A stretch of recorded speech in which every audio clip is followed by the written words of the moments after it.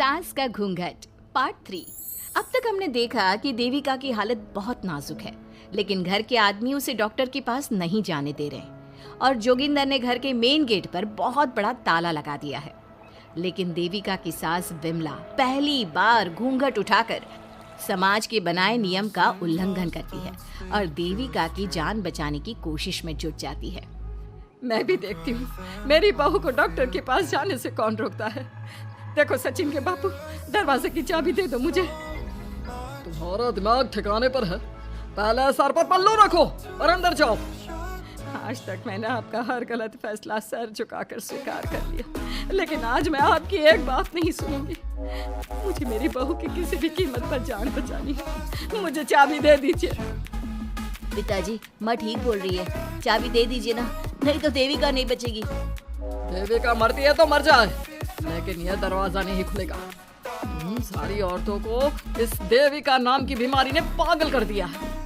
इस बीमारी का अच्छी तरह से इलाज करना आता है मुझे। वीना बेटी, सुजाता बहू, जाओ अंदर से देविका को लेकर आओ। विमला ये बोलकर अपने पति के हाथ से चाबी छीन लेती है। तभी महेंद्र विमला का हाथ पकड़कर चाबी विमला से छीन लेता है। दादी, घर के मर्दों से टक्कर लेकर आप अच्छा नहीं कर रही हो। ये इस घर के संस्कार नहीं है। महेंद्र की बात सुनकर कम्मू अपने पति के हाथ से चाबी छीनकर कहती है, इस घर के संस्कार क्या है हम अच्छी तरह से जान गए हैं। आज इस घर का दरवाजा खुलकर रहेगा और देविका डॉक्टर के पास जाकर रहेगी। भाभी ये लो दरवाजा खोलो। विमला ताला खोल देती है। तभी वीना और सुजाता देविका को लेकर आ जाती हैं।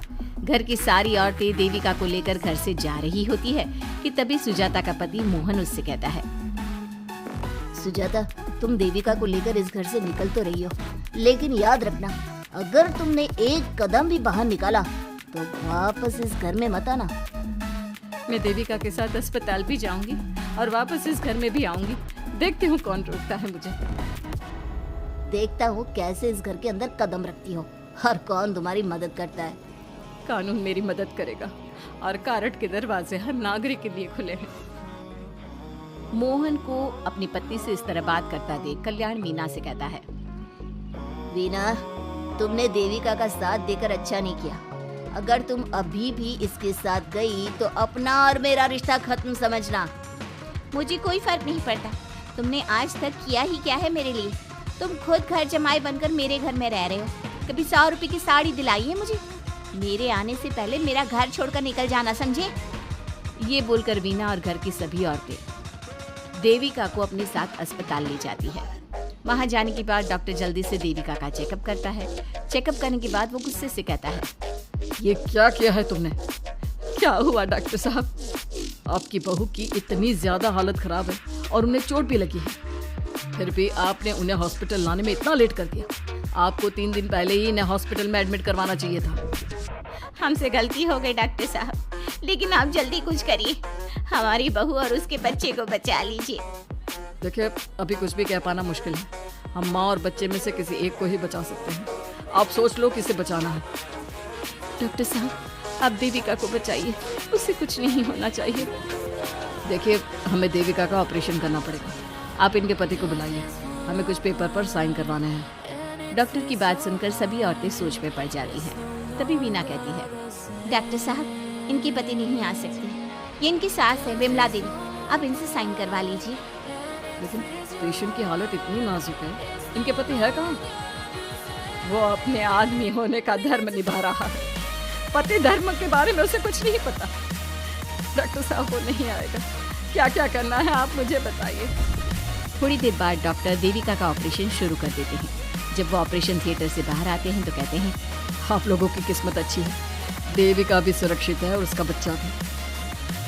डॉक्टर, बेटा हुआ है या बेटी? बेटा हुआ है। सब लोग बहुत खुश होते हैं। कुछ दिन तक देविका उसी हॉस्पिटल में रहती है और उसके ससुराल की औरतों ने उसका बहुत ध्यान भी रखा। अब देविका कुछ हद तक ठीक हो गई। डॉक्टर ने देविका को घर जाने की इजाजत दे दी, लेकिन सभी सोच में पड़ गए। हम भाभी को घर ले तो जाएं, लेकिन माँ, आपको घर का माहौल पता है ना। देविका भाभी अभी पूरी तरह से ठीक नहीं हुई।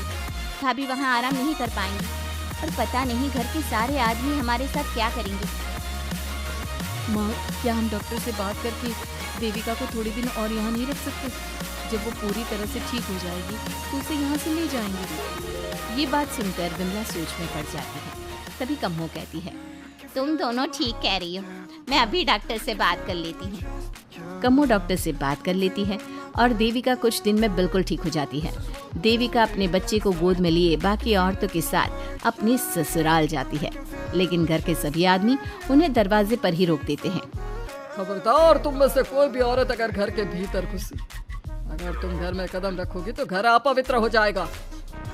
घर हमारे कदम रखने से अपवित्र नहीं होगा, बल्कि आपकी गंदी सोच की वजह से घर क्या, अरे पूरा समाज अपवित्र हो रहा है। सुजाता, मैंने मना किया था ना घर से बाहर जाने के लिए। अब एक काम कर, जैसे यहाँ आई है वैसे ही यहाँ से सीधा अपने मायके लौट जा।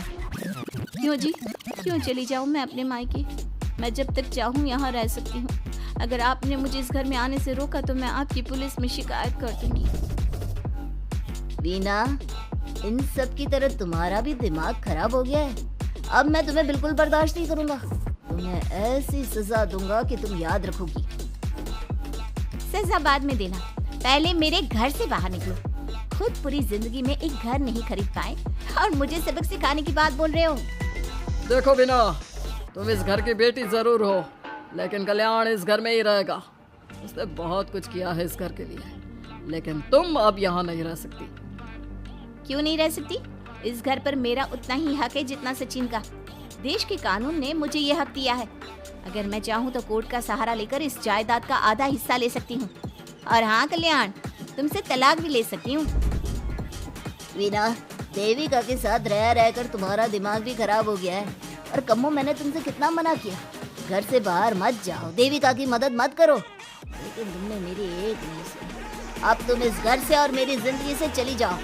ये कदम उठाकर तुमने बिल्कुल अच्छा नहीं किया। ये कदम तो मुझे उस समय उठाना चाहिए था जब मैं माँ बनने वाली थी। आपके झूठे अहंकार और गलत नियमों की वजह से मैंने अपने दो बच्चे खो दिए। अगर उस समय मैं दाई अम्मा से इलाज ना कराती और हॉस्पिटल चली जाती तो सचिन के बराबर मेरे भी 2 बेटे होते। सभी पति इस बात पर अड़े हुए थे कि वो अपनी अपनी पत्नियों को घर के अंदर नहीं आने देंगे। देविका बहुत देर तक सबकी बातें सुनती रही, फिर उसने अपने पति से कहा, सचिन, तुम्हारे घर के आदमियों की बात तो मैंने सुनी, अब तुम बताओ तुम्हारा क्या फैसला है? देविका, मुझे माफ कर दो, मैं तुम्हारे लिए कुछ नहीं कर सकता, मैं मजबूर हूँ। मुझे पता था सचिन, तुम्हारा यही जवाब होगा। मुझे अपने आप पर हैरानी है कि मैंने बिना रीढ़ की हड्डी वाले आदमी से प्यार ही क्यों किया, शादी क्यों की। अब मैं आप सबसे बस आखिरी बार पूछ रही हूँ, तुम हमें अंदर आने दे रहे हो या नहीं, या मैं पुलिस को फोन करूँ? देविका, आज तक हमारे गांव में पुलिस ने कभी कदम नहीं रखा और तू हमारे घर के दरवाजे पर पुलिस को लेकर आएगी? तेरी हिम्मत कैसे हुई ये बात करने की?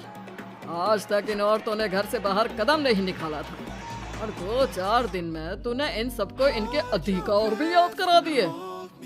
तो तुम बिल्कुल इस घर में नहीं आ सकते। घर की औरतें घर के बाहर खड़ी थी और घर के आदमी घर के दरवाजे पर। उनकी लड़ाई देखकर पूरा गांव इकट्ठा हो गया। देविका को अस्पताल पहुंचाकर घर की औरतों ने काम तो अच्छा किया। इस काम से देविका और उसके बच्चे की जान भी बच गई, लेकिन इनकी जान बचाने की कीमत घर की औरतों को कैसे चुकानी होगी, इसके लिए आपको आने वाला एपिसोड देखना होगा। और हमारे प्यारे दर्शकों, हमें कमेंट करके जरूर बताइए कि देविका के साथ बाकी औरतों को क्या करना चाहिए। क्या उन्हें घर के अंदर जाने के लिए संघर्ष करना चाहिए या फिर वो घर छोड़कर चले जाना चाहिए?